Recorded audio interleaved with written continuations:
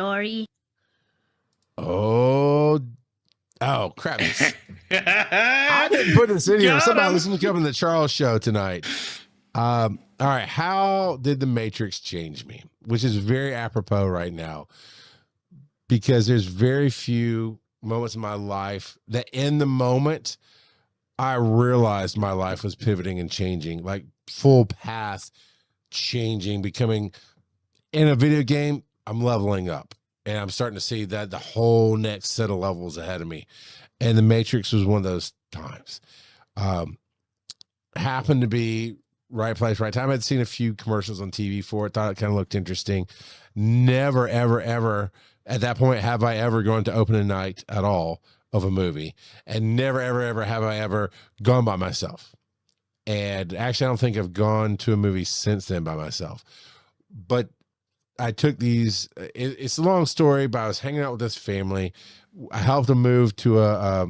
Come on, random kid. I am Neo. You know the answer to that. Red pill, blue pill, my butt. I'd helped them move to St. Louis, this family, and their kids were teenagers, and they wanted to go. I don't remember, see some stupid movie I definitely was not going to go see at this megaplex thing. Small town people, by the way. So I was used to theaters that had like 4 theaters. This was the first one I ever went to, had like 20 theaters, Friday night in a town we didn't know. I was like, you know what? I'll take you. I'll go over and see this Matrix thing that I don't know much about, and you guys go do your thing. And so I sat with a whole bunch of randos in this movie. And maybe even random kids. Yeah. And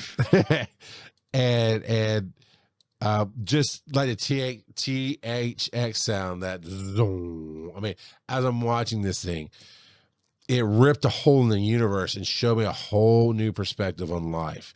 And everybody else is like, it's a great kung fu movie. And it is. It's a fun action film. But that's the first movie that I instantly understood what the directors were doing beyond what was on the screen. I couldn't verbalize it. I didn't know what I understood, but it opened up this perspective that I knew my life was going to be different from then on.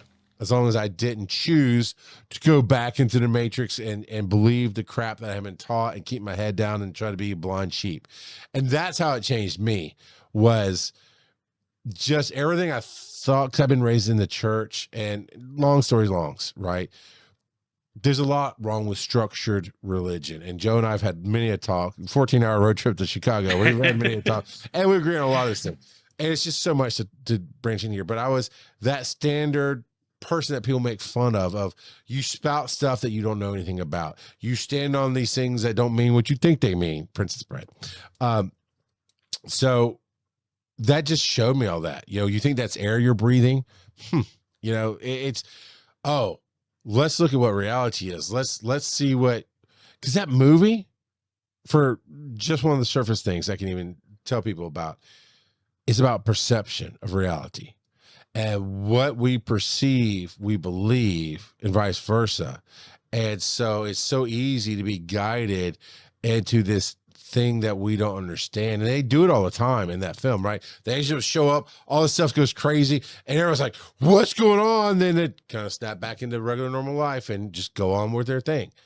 And that's, especially today, that's how I see the world, is there's a lot of batteries walking around feeding the robots and just don't even understand what they're doing. And so that the reason that's apropos now is because when I can't off the top of my head think of another moment with that. I can think of other moments in life that, okay, my life is changing right now and I know it and I'm on top of it. But Better Man did that for me as well, as a creator. So have you seen The Matrix? Yes. Yeah, I haven't seen the newest one, but I saw the older one. Saw the first 3, yeah. Yeah. Okay. Were you in that group of people that were like, oh, the first one was great, but I don't know what, they went so crazy on these second 2. It's not anything like The Matrix. Or did you kind of understand the story they were trying to tell? I definitely liked the first one the best. But I understood where they were trying to go with it. Yeah, I definitely like the first one the best. And that's fine. That's fine. So let me ask you this, Joe. It doesn't have to be a movie. It could be a storybook. It could be a sermon you heard. But do you have a moment in life where something just resonated with you and you went, I can never think differently again? I'm sure if I thought about it ahead of time, I could come up with something, because I've definitely had moments where different movies have made me change how I think about life in general. Sure. And make you reflect and just reconsider. And it may not be a huge sweeping change to your outlook, but anything that's any movie that's thought provoking like that has, at bare minimum, whether it's entertaining or not, has some semblance of good writing to it, in my opinion. Because it makes you stop and think, regardless of if the rest of it is entertaining or good or whatever. It makes you stop and think. You know what? Actually, the thing that comes to me is Harrison Bergeron. I have mentioned this on the show before. It's a short story that I read in high school. It was an assigned one, where it's a utopian future where they took the idea of people needing to be exactly equal to an extreme, where if you're too good and so what it boiled down to is it made everyone the least common denominator. So if you're too good looking, you had to like wear a sackcloth over your face, or if you were too strong, they would put weights on you so that you it would weigh you down, and things like that. So they took it to a huge extreme, and it also towards the end shows that if you break out of that norm, the powers that be will stifle anything that's different. And so it made me think about how too many parts of society just want you to be another cog in the wheel instead of being extraordinary. Because everyone, in my opinion, everyone has the capability to be extraordinary if they have the drive and the persistence to do it. And so, yeah, that did change how I thought about things. You know, because that is part of what I see in the Matrix there, and I want to change some of the words there. You said the drive and the willpower. How about the encouragement? That's all Neo needed, was somebody to show him a little bit and encourage him and say, "No, you can go crazy. You can do, and you can fail and get up and try again. And you can fail and get up and try again." And that's what makes us extraordinary. And the only reason we're extraordinary, because if everybody's extraordinary, Joe, we're ordinary, right? Because that's the norm. Well, it's because you're not extraordinary in every facet of your life. And so, have you met me? So being extraordinary in different facets doesn't mean that everybody's ordinary. Joe, just in general, why is ordinary bad? There's no such thing as ordinary. There's no such thing as normal. There's outside the statistical norms of what we expect. Is how it really is. But no, what I'm saying is, if the standard is we all shine in something that we love, that's the statistical expectation of what we'd call normal or ordinary. Is because you're extraordinary. Oh, you're very extra. Yeah, I know, baby. In every part of my life. So it's that's the thing, is like, if we all strive and can achieve, I agree with you. I think everybody can be amazing. Everybody can change the world.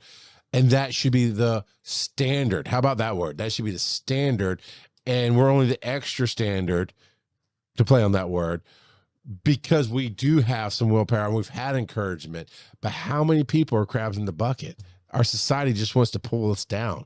That's how we are as human beings. You know, it's crazy. I like this. I like this a lot. You are who you are for your time and place. Thanks for coming to the show. That's it for tonight, man. I mean, that's amazing, Steven. You are who you are for your time and place. And I'm sure if we had more time to think about, if we were on another 10-hour ride, you would come up with a lot of great conversation on that. But that's the three Depends things on how much Mountain Dew I drink. Oh, you drink it all. Hey, I found a Speedway today on the way home and got me a Mountain Dew Berry Blast Slurpee. It was great. Electric Blue. I think they call it Electric Blue for the Slurpee. Anyway, for me to have, I mean, there's plenty of movies that make me think. There's plenty of movies that do a bunch of different things, even give me some inspiration. But for it to be this life-changing wake up moment, it has to drive me to think. It has to make me feel, and it has to make me be very introspective about how this applies to my life.